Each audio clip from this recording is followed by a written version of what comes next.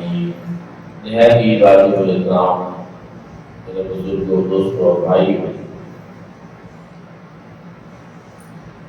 7 ستمبر 1974 کا دن وہ عظیم اور تاریخی دن ہے جس دن ہمارے ملک کی پارلیمنٹ نے مرزائیوں، قادیانیوں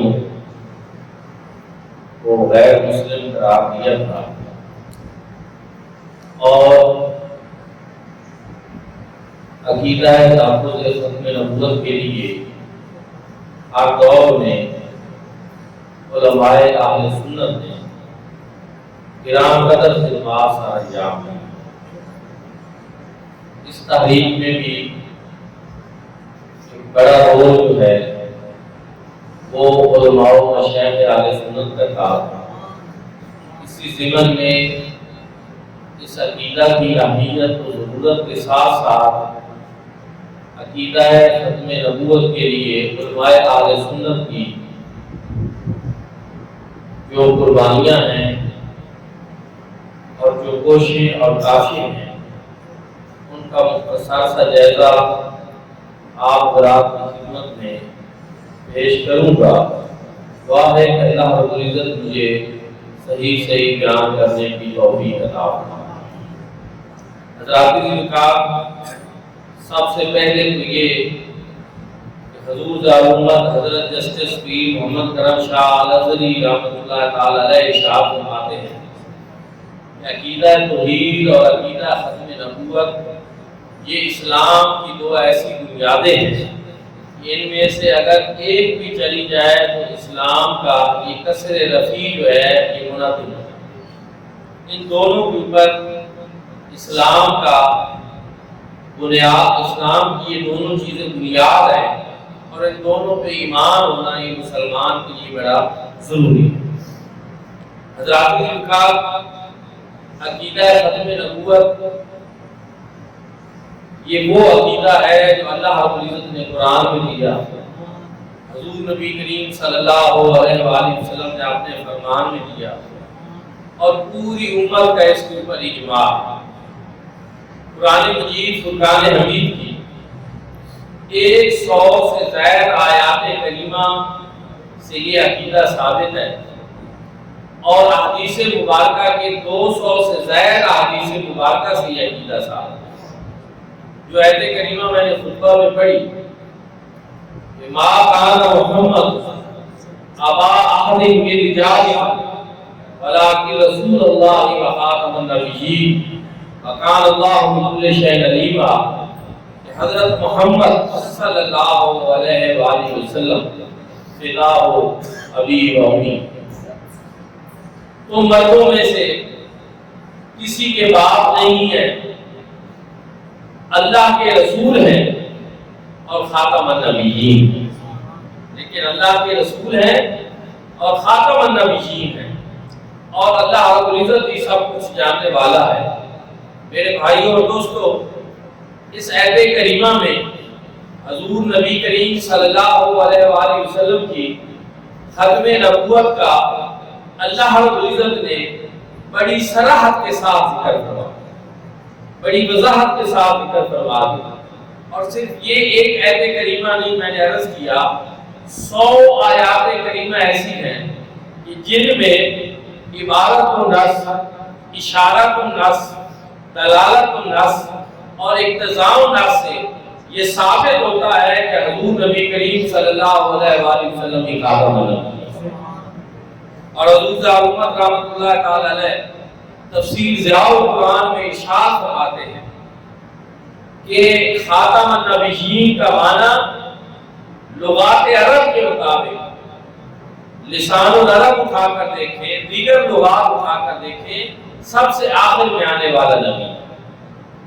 اور دوستان ذیوقار پھر قادیانی اس کو اپنا من پسند معنی بھی پہنانے کی کوشش کرتے ہیں، لیکن یاد رکھیں ہم قرآن مجید فرقان حمید کا اپنی طرف سے معنی نہیں کر سکتے، ہم اس کا وہ معنی کریں گے جو قرآن کی باقی آیات کے مطابق بھی ہو اور اس کا وہ معنی ہمیں تسلیم ہوگا جو حضور نبی کریم صلی اللہ علیہ وسلم نے خود کیا۔ حضور علیہ السلام نے اپنی ختم نبوت کے حوالے سے ارشاد فرمایا کہ میری مثال اور انبیاء کرام کی مثال اس طرح کی ہے کہ جس طرح ایک محل ہو اور وہ بڑا خوبصورت ہو، لوگ اس کا طواف کریں، اس کے ارد گرد چکر لگائیں اور اس کی خوبصورتی کو دیکھ کر تعجب کریں، حیرت میں پڑ جائیں اور کہیں کہ باقی تو یہ سارا ٹھیک ہے، اس میں صرف ایک اینٹ کی جگہ باقی ہے۔ اور حضور علیہ السلام نے ارشاد فرمایا وہ جو ایک اینٹ کی جگہ ہے، اللہ رب العزت نے میری صورت میں اس قصر نبوت کو بھی مکمل فرما دیا۔ اب وہاں کسی اور نبی، کسی اور رسول کی ضرورت نہیں ہے، کوئی اور نبی اور رسول وہاں نہیں آ سکتا۔ میرے بھائیوں اور دوستوں، حضور علیہ السلام نے اتنی خوبصورت طریقے سے، اتنی خوبصورت مثال کے ذریعے سمجھا دیا کہ قصر نبوت اب میرے آنے کے ساتھ مکمل ہوگا۔ اب اس میں کسی نئے نبی کی گنجائش نہیں ہے اور ضرورت نہیں ہے۔ دوستانے دیوگا پھر حضور علیہ السلام نے ارشاد فرمایا ان الرسالۃ والنبوۃ قد انقطعت فلا رسول بعدی ولا نبی بعدی، کہ بے شک اللہ نے نبوت اور رسالت کا سلسلہ منقطع فرما دیا ہے، اب نہ میرے بعد کوئی رسول آئے گا اور نہ میرے بعد کوئی نبی آئے گا۔ اور بہت ساری کثیر تعداد میں ایسی احادیث مبارکہ ہیں، میں نے پہلے عرض کیا 200 کے قریب، جن میں 200 سے بھی زائد جن میں حضور نبی کریم صلی اللہ علیہ وآلہ وسلم نے اپنی ختم نبوت کا بیان کیا۔ حضور علیہ السلام نے ارشاد فرمایا فضلت علی الانبیاء بست، کہ مجھے 6 چیزوں پر باقی انبیاء کرام پر فضیلت عطا فرمائی۔ فرمایا اوتی تو جوامع الکلم، مجھے جوامع الکلم عطا فرمائے گئے کہ میں جب گفتگو کرتا ہوں تو الفاظ کم ہوتے ہیں اور معنی زیادہ، یہ جوامع الکلم کا مطلب۔ اور پھر فرمایا نصرت بالرعب، رعب کے ذریعے میری مدد فرمائی۔ اور فرمایا حلت لی الغنائم، میرے لیے مال غنیمت کو حلال کیا۔ فرمایا جو حلت لی الارض مسجدا وطہورا، تمام زمین کو میرے لیے مسجد بھی بنا دیا گیا اور پاک بھی کر دیا۔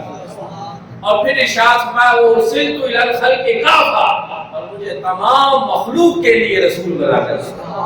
اور 6 چیز جو باقی انبیاء کو حاصل نہیں وہ مجھے حاصل ہے۔ فرمایا خاتم النبیون، اللہ رب العزت نے ختم نبوت کا تاج بھی میرے سر کے اوپر سجایا۔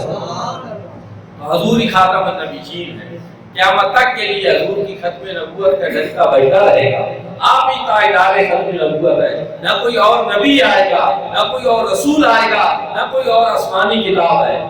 مرزا 1840 میں پیدا ہوا، پھر انگریز کی حکومت میں سیالکوٹ میں ایک عدالت میں احمد بن گیا۔ آپ خود سوچیں ذرا، آپ مجھے اپنے عقل اور شعور سے کام لے کر یہ بتائیں کہ جو انگریز کا تنخواہ دار ملازم رہا ہو، پھر وہ دعویٰ کر دے کہ میں نبی ہوں۔ کیا خیال ہے آپ کا اس بارے میں کہ جو اللہ کے نبی ہوتے ہیں ان کو کسی انگریز کی ملازمت کرنے کی ضرورت پیش آتی ہے؟ دراصل انگریزوں نے اس کو جب ملازمت ملی تو انہوں نے سمجھا کہ ہمارے پاس ایک قیمتی چیز آ گئی ہے، ایک ہتھیار کے طور پر، یہ انگریز کا خود کاشتہ پودا ہے۔ انہوں نے اس کی تربیت کی، انہوں نے اس کو اسلام کے خلاف اکسایا اور اس سے یہ دعوے سارے انگریز نے کرائے، اور وقتاً فوقتاً ایسی چیزیں ثبوت کے طور پر بھی موجود ہیں کہ انگریز اس کی مکمل پشت پناہی کرتے ہیں۔ اور یہی وجہ ہے کہ ایک دفعہ مرزا نے خود کہا کہ میرے اوپر جو وحی آئی ہے اس میں ملکہ وکٹوریہ کی طرف سے ہی وحی آئی ہے کہ I love you, I shall help you، کہ میں تو اسے محبت بھی کرتی ہوں اور میں تمہاری مدد بھی کرتی رہوں۔ اس لیے میرے بھائیوں اور دوستوں، یہ انگریز کا خود کاشتہ پودا ہے۔ اور پھر اس نے پہلی مرتبہ نبوت کا دعویٰ نہیں کیا، پہلے اس نے کہا میں مجدد ہوں، پھر کہا میں امام مہدی ہوں، پھر کہا میں مسیح موعود ہوں۔ اور مسیح موعود کا جو مسلمانوں کا عقیدہ ہے اور حدیث مبارکہ میں ہے، حضرت عیسیٰ علیہ السلام دمشق کے مشرقی مینار کے اوپر تشریف لائیں گے اور ان کے اوپر 2 زرد رنگ کی چادریں ہوں گی، 2 فرشتوں کے کندھوں کے اوپر آپ ہاتھ رکھ کر ایسے نیچے اتریں گے۔ میرے بھائیوں اور دوستوں، مرزا کو کہا گیا کہ وہ تو دمشق جو ہے اس کے مشرقی مینار کی بات ہے، تم تو قادیان میں ہو۔ اس نے کہا نہیں، میں مسیح موعود ہوں، اور دمشق اور قادیان میں کون سا اتنا کوئی فرق ہے؟ اب دمشق کا ہے اور قادیان کا ہے، کہا کون سا اتنا فرق ہے؟ کیونکہ طول بات اور عرض بات کے لحاظ سے یہ دونوں خطے ایک ہی لین میں واقع ہیں۔ اور پھر اگر مشرقی مینار کی بات ہے تو ہم قادیان میں ایک مشرقی مینار بنا دیتے ہیں۔ اس نے مینار بھی بنوایا۔ یہ الگ بات ہے کہ اللہ رب العزت نے اس کو توفیق ہی نہ بخشی اور وہ اس سے پہلے مر گیا، کیونکہ یہ سارا ایک جھوٹ کا پلندہ تھا۔ اور پھر میرے بھائیوں اور دوستوں، اس کو کہا گیا کہ حدیث پاک میں تو ہے حضرت عیسیٰ علیہ السلام کے اوپر 2 چادریں ہوں گی زرد رنگ کی، اب تو بتا کہ تیرے اوپر کون سی چادریں ہیں؟ اس نے کہا جی میرے اوپر بھی 2 چادریں، کون سی؟ کہا اس سے مراد میری 2 بیماریاں ہیں، ایک مجھے سر درد کی بیماری ہے، مالیہ خلیہ ہو جاتا ہے، مرگی کے دورے پڑتے ہیں، اور دوسری میری بیماری اس سے سلسل بول کی بیماری ہے کہ مجھے پیشاب کے دن اور رات میں 100 مرتبہ جو ہے پیشاب کی حاجت ہوتی رہتی ہے۔ یہ 2 بیماریاں وہ 2 زرد چادریں ہیں جو اللہ رب العزت نے مجھے لگا کر گئی۔ آپ سوچیں کہ میں جب مرزا کی ہسٹری کو پڑھتا ہوں تو میں حیران ہوتا ہوں کہ ایسے انسان کو تو ایک معقول انسان بھی نہیں کہہ سکتے، چاہے جائے کہ اتنا بڑا دعویٰ اس کے بارے میں کیا جائے، اور ایسے شخص کا موازنہ حضور نبی کریم صلی اللہ علیہ وآلہ وسلم کی ذات والا صفات کے ساتھ کرنا بھی یہ بھی بہت بڑی گستاخی ہے۔ مرزا کون ہوتا ہے؟ اس کی کیا اوقات ہے؟ وہ ہستی پاک جس کی شان میرا رب ہے، میرے رب نے جس کی شان میں قرآن نازل کیا، جبریل امین جس کے دربار ہے، ملائکہ جس کے خادم ہونے پہ فخر محسوس کرتے ہیں، صحابہ کرام رضوان اللہ تعالی علیہ اجمعین جیسی پاکیزہ جماعت جس کو اللہ نے، آل بیت جیسی پاکیزہ اولاد جس کو اللہ نے، اس ہستی پاک کے ساتھ ایسے معلوم بدبخت کا موازنہ کرنا یہ بھی کوئی بنتا ہے؟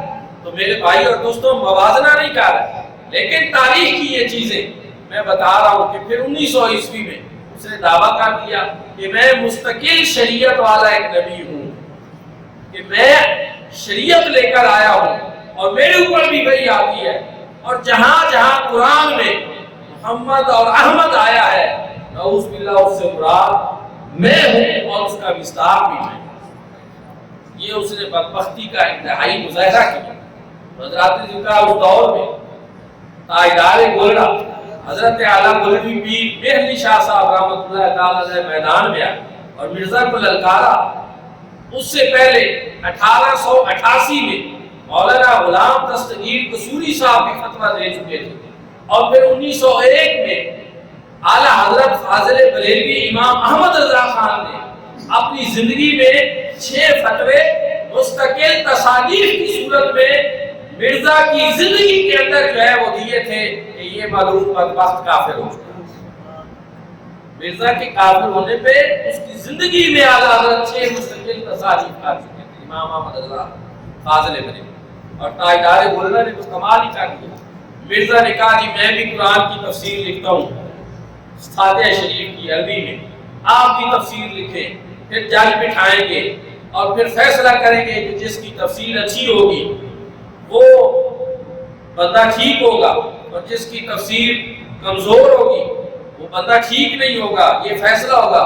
پیر مہر علی شاہ صاحب رحمۃ اللہ تعالی علیہ نے فرمایا کہ مرزا اس طرح تجھے مانتے ہیں، وہ کہیں گے مرزا کی تفسیر اچھی ہے، جو میرے پیار کرنے والے ہیں وہ کہیں گے پیر صاحب کی اچھی ہے، اس طرح تو فیصلہ صحیح نہیں ہو سکے گا۔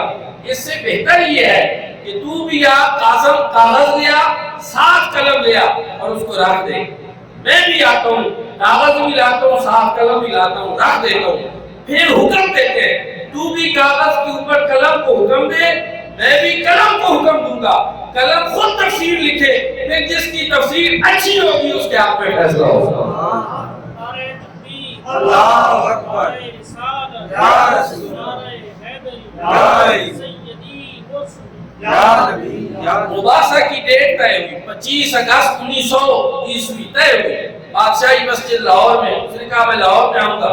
پیر صاحب بھی پہنچے.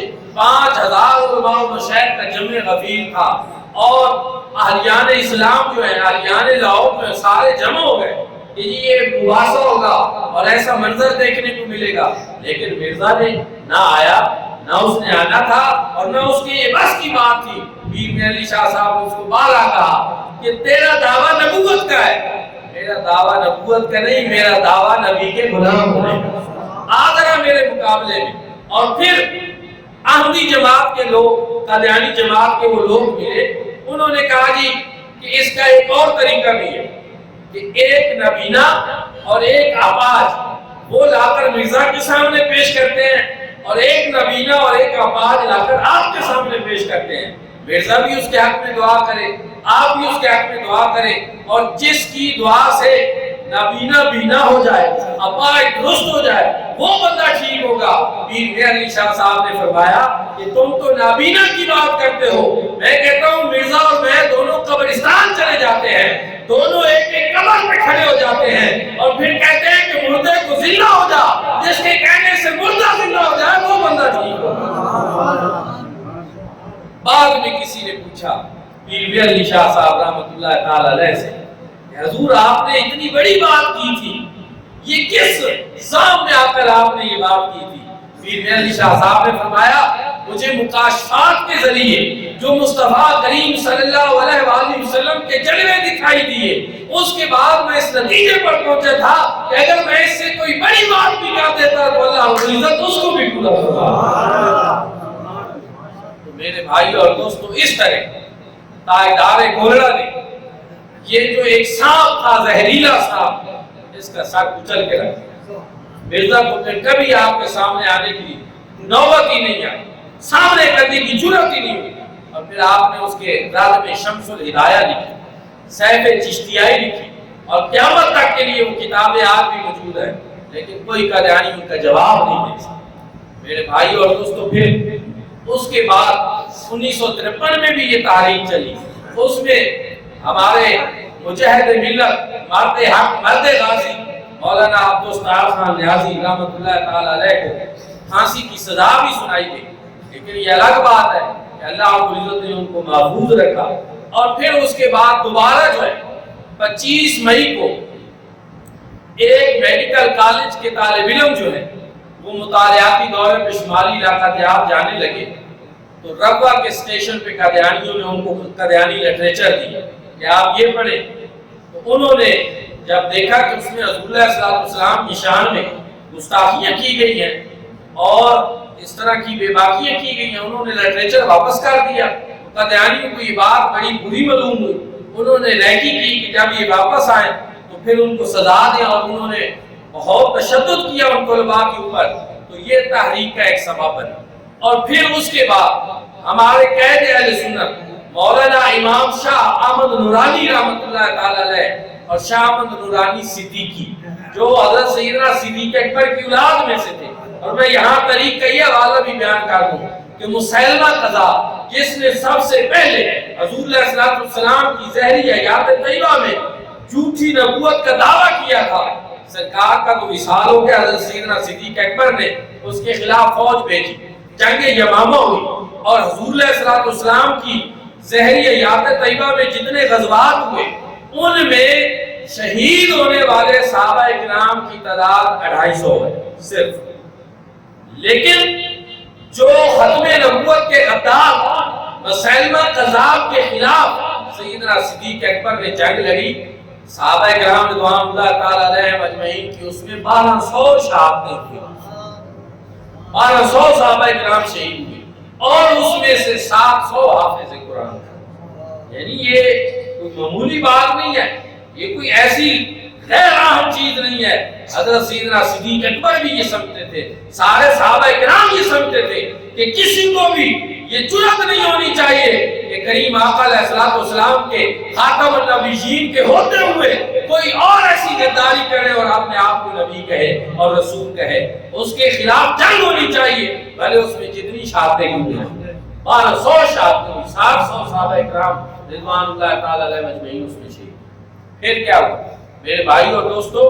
آپ دیکھیں کہ انہی سیدنا صدیق اکبر کی اولاد حضرت مولانا شاہ نورانی صدیقی رحمۃ اللہ تعالی علیہ، آپ نے قرارداد پیش کی. اور میں پڑھ رہا تھا ان کی سمانے میں کہ جب بھٹو کا دور آیا، الیکشن ہوئے، تو بہت سے اور بھی مولانا حضرات تھے جو مجیب اور یحییٰ سے ملے، لیکن ان کے ملنے کا ایجنڈا جو ہے وہ حکومت سازی تھی کہ حکومت جب بنے گی ہمیں کتنی سیٹیں ملے گی، ہمیں اس میں کیا ملے گا.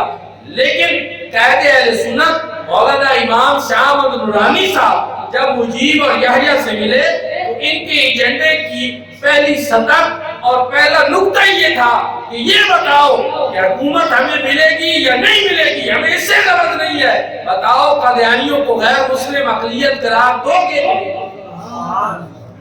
یہ پہلا ایجنڈا تھا ہمارے بزرگوں کا اور ہمارے اسلاف کا کہ ہمیں حکومت سے غرض نہیں ہے، ہمیں یہ بتاؤ کہ ان کے ساتھ کیا کرو.